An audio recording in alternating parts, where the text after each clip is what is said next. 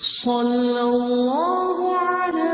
محمد صلی اللہ علیہ وسلم۔ اعوذ باللہ السمیع العلیم من الشیطان الرجیم، بسم اللہ الرحمن الرحیم۔ بخاری شریف باب مواقیت الصلاۃ جاری ہے، اور آج کا جو باب ہے وہ پچھلے باب سے ملتا جلتا ہے جو ہم نے پیچھے پڑھا تھا کہ من صلی بالناس جماعتا بعد ذهاب الوقت، کہ جو شخص وقت گزرنے کے بعد لوگوں کو جماعت سے نماز پڑھائے۔ یعنی پہلی سرخی تو یہ تھی کہ وقت چلے جانے کے بعد اور نماز فوت ہونے کے بعد قضا نماز کے لیے بھی اذان کہی جائے، اور اب جو ہے وہ یہ کہ اگر وقت ختم ہونے کے بعد اگر کوئی شخص با جماعت نماز پڑھنا چاہتا ہے تو اس کی اجازت ہے۔ یہ حدیث ہے حضرت جابر بن عبداللہ رضی اللہ تعالیٰ عنہ سے، حدیث نمبر 571 ہے۔ جابر بن عبداللہ ان عمر بن خطاب رضی اللہ تعالیٰ عنہ سے وہ روایت کرتے ہیں، جاء یوم الخندق بعدما غربت الشمس، کہ حضرت عمر رضی اللہ تعالیٰ عنہ جو ہیں وہ غروب آفتاب کے بعد نبی کریم صلی اللہ علیہ وسلم کی خدمت میں آئے، فجعل یسب کفار قریش، اور وہ کفار کو اور قریش کو برا بھلا کہہ رہے تھے۔ قال یا رسول اللہ صلی اللہ علیہ وسلم، انہوں نے کہا یا رسول اللہ صلی اللہ علیہ وسلم، ما کدت اصلی العصر، کہ میں عصر کی نماز ادا نہیں کر سکا، حتی کادت الشمس تغرب، یہاں تک کہ سورج غروب ہو گیا۔ تو قال نبی صلی اللہ علیہ وسلم، نبی صلی اللہ علیہ وسلم نے فرمایا واللہ ما صلیتها، کہ اللہ کی قسم میں بھی ادا نہیں کر سکا۔ فقمنا، پھر ہم کھڑے ہوئے، فقمنا الی بطحان، پھر ہم وادی بطحان کی طرف گئے، فتودع للصلاۃ، تو آپ صلی اللہ علیہ وسلم نے وضو کیا، تودع لها، ہم سب نے بھی اس کے لیے وضو کیا۔ فصلی العصر بعد غربت الشمس، تو ہم نے عصر کی نماز ادا کی سورج کے غروب ہونے کے بعد۔ ثم صلی بعدها المغرب، پھر اس کے بعد مغرب کی نماز ادا کی گئی۔ تو یہ واقعہ غزوہ خندق کا ہے، اور جانتے ہوں گے ہم میں سے بہت سے لوگ کہ اس میں نبی کریم صلی اللہ علیہ وسلم کی ایک موقع پہ کئی نمازیں قضا ہوئی تھیں، اور ایک یہ وقت تھا جس میں عصر کی نماز قضا ہوئی تھی۔ حضرت عمر رضی اللہ تعالیٰ عنہ ذرا الگ تھے اور ان کی بھی عصر کی نماز قضا ہوئی تھی، تو نبی کریم صلی اللہ علیہ وسلم کے پاس تشریف لائے اور کفار کو برا بھلا کہہ رہے تھے کہ ان کی وجہ سے آج میری عصر کی نماز قضا ہو گئی۔ اور جب نبی کریم صلی اللہ علیہ وسلم کو آ کے بتایا تو آپ صلی اللہ علیہ وسلم نے بھی اللہ کی قسم کھا کے فرمایا کہ میں نے بھی عصر کی نماز نہیں پڑھی۔ تو صورتحال یہ تھی کہ اس وقت لڑائی شدید تھی اور انتہائی خطرناک لڑائی تھی، اور اگر اس وقت نماز کے لیے کھڑے ہو جاتے تو عین ممکن تھا کہ وہ خندق پار کر کے مدینہ شریف کے اندر پہنچ جاتے اور مسلمانوں کو نقصان پہنچاتے۔ تو سخت پہرے کے اندر مسلمان جو ہیں اس وقت نماز نہیں پڑھ سکتے تھے۔ تو جب وہ جنگ تھوڑی ٹھنڈی ہوئی اور اس کے بعد نبی کریم صلی اللہ علیہ وسلم نے وادی بطحان کے اندر جا کے پہلے یعنی اذان دی گئی اور عصر کی نماز باجماعت پڑھی گئی، اور اس کے بعد مغرب کی نماز جو ہے وہ باجماعت پڑھی گئی۔ یہاں سے پتہ چلتا ہے کہ نبی کریم صلی اللہ علیہ وسلم نے ترتیب سے نمازیں ادا کی، یعنی ایک نماز جو قضا تھی ترتیب کے لحاظ سے پہلے وہ نماز ادا کی، اور پھر جس نماز کا وقت تھا اس نماز کو ادا کیا۔ اب اس کی وجہ سے امام ابو حنیفہ جو ہیں ان کا خیال ہے کہ جو قضا نمازیں ہیں، اور کوئی اگر تھوڑی سی نمازیں قضا ہوئی ہیں اور جو اس وقت کی نماز ہے ان میں ترتیب جو ہے وہ فرض ہے۔ یعنی ان کا خیال ہے کہ اگر کسی کی ایک نماز قضا ہوگی اور اس کے بعد اگلی نماز کا وقت پہنچ گیا ہے تو پہلے وہ قضا نماز پڑھیں اور پھر وہ نماز پڑھیں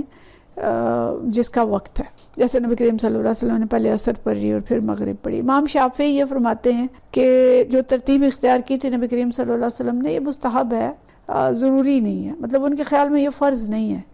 کہ اگر قضا ہوئی ہے نماز تو ضرور پہلے قضا ہی پڑھی جائے اور پھر دوسری پڑھی جائے۔ ان کا خیال ہے کہ مستحب ہے، کہ یہ ٹھیک ہے کہ اگر پہلے قضا نماز پڑھ کے پھر دوسری پڑھی جائے گی تو یہ پسندیدہ بات ہے، ایسے ہی کرنا چاہیے۔ لیکن اگر کوئی ایسا نہ بھی کر سکے اور پہلے وہ ادا نماز جو وقت جس نماز کا وقت ہے وہ پڑھ لے اور پھر دوسری پڑھ لے تو ایسا بھی کر سکتے ہیں۔ لیکن حنفیہ یہ کہتے ہیں کہ نبی کریم صلی اللہ علیہ وسلم نے اس طرح نماز پڑھنے کے بعد فرمایا تھا کہ صلو کما رأیتمونی اصلی، کہ اس طرح نماز پڑھو جیسے آپ لوگوں نے مجھے نماز پڑھتے دیکھا ہے، یعنی جیسے مجھے دیکھتے ہو نماز پڑھتے ویسے پڑھو۔ تو اس سے وہ یہ مطلب لیتے ہیں کہ تم بھی قضا نماز پہلے پڑھو اور وقتی نماز بعد میں پڑھو۔ تو بہرحال یہ بات بھی ہے کہ نماز مغرب جو ہے اس میں تاخیر پسندیدہ نہیں ہے، اس کو جلد سے جلد ادا کرنا چاہیے۔ تو حنفیہ یہ کہتے ہیں کہ اگر ترتیب فرض نہیں تھی تو نبی کریم صلی اللہ علیہ وسلم نماز مغرب کو مؤخر نہ کرتے، کیونکہ آپ صلی اللہ علیہ وسلم تو مغرب کو بہت جلد پڑھا کرتے تھے. تو اگر آپ نے مؤخر کیا اس کو اور عصر پہلے پڑھی تو اس کا مطلب ہے کہ یہ لازمی چیز ہے اور ایسا ہی کرنا چاہیے. بہرحال اس سے جو چیزیں ہمیں سمجھ میں آتی ہیں کہ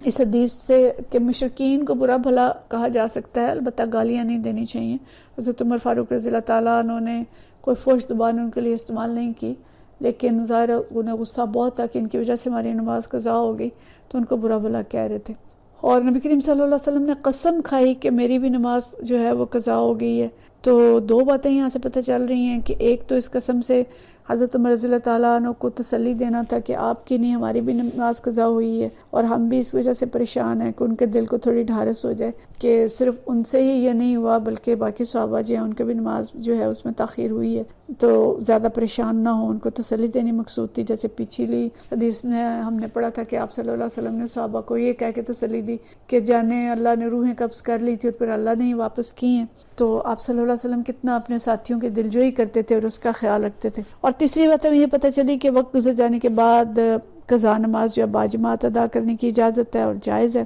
اور چوتھی بات یہ پتہ چلی کہ مغرب کا نماز کا وقت غروب شفق تک باقی رہتا ہے، اور کسی شرعی عذر کی صورت میں تھوڑی سی تاخیر اگر اس میں ہو جاتی ہے تو اس کی گنجائش ہے، جیسے یہاں مغرب کی نماز کو مؤخر کیا گیا اور عصر کی نماز پہلے پڑھی گئی. اور اگلی بات ہمیں یہ پتہ چلی کہ قضا نمازوں اور وقتی نمازوں میں ترتیب کا خیال رکھنا چاہیے کہ پہلے قضا نمازیں ادا کی جائیں اور بعد میں وقتی نماز. تو اس مسئلے کی تفصیل جو ہے وہ اگلی حدیث میں ہم دیکھتے ہیں. اگلی حدیث جو ہے اگلا باب جو لگایا ہے امام بخاری نے، اس کا عنوان ہے کہ من نسی الصلاۃ، کہ جو شخص کو نماز ادا کرنا بھول جائے، فلیصلی اذا ذکرہا، تو جب بھی یاد آئے وہ نماز پڑھ لے، ولا یعید الا تلک الصلاۃ، اور صرف اسی نماز کا اعادہ کرے. یعنی جو نماز چھوٹی ہے وہی نماز پڑھے گا، اس کے علاوہ اور کسی نماز کا اعادہ نہیں ہوگا. یہ باب جو ہے عنوان تھوڑا مختلف لگے گا آپ کو. اس میں مقصود ان کا یہ ہے کہ اگر کسی شخص کی عصر کی نماز فوت ہو گئی ہے اور اس کے بعد اور وہ مغرب کی نماز پڑھتا ہے، تو مغرب کی نماز کے بعد اگر اسے یاد ہے اس نے مغرب کی نماز پڑھ لی، یعنی عصر قضا ہو گئی اور اسے یاد ہی نہیں رہا کہ اس کی عصر قضا تھی، یا اسے پتہ نہیں تھا کہ اس نے یہ پہلے پڑھنی ہے، اس نے مغرب کی نماز پڑھ لی. اب اسے مغرب کے بعد یاد آیا کہ اوہو میں نے تو عصر نہیں پڑھی تھی، تو اب وہ کیا کرے؟ کیا وہ عصر کی نماز مغرب کے بعد پڑھے اور پھر مغرب دوبارہ پڑھے گا؟ تو امام بخاری یہاں پہ کہہ رہے ہیں کہ نہیں، اس کو دوبارہ مغرب پڑھنے کی ضرورت نہیں ہے. اگر اس کو مغرب کے بعد عصر یاد آئی ہے تو صرف عصر ہی پڑھے گا. تو لیکن کچھ لوگوں کی جو رائے ہے وہ یہ ہے کہ جیسے امام ابو حنیفہ ہے،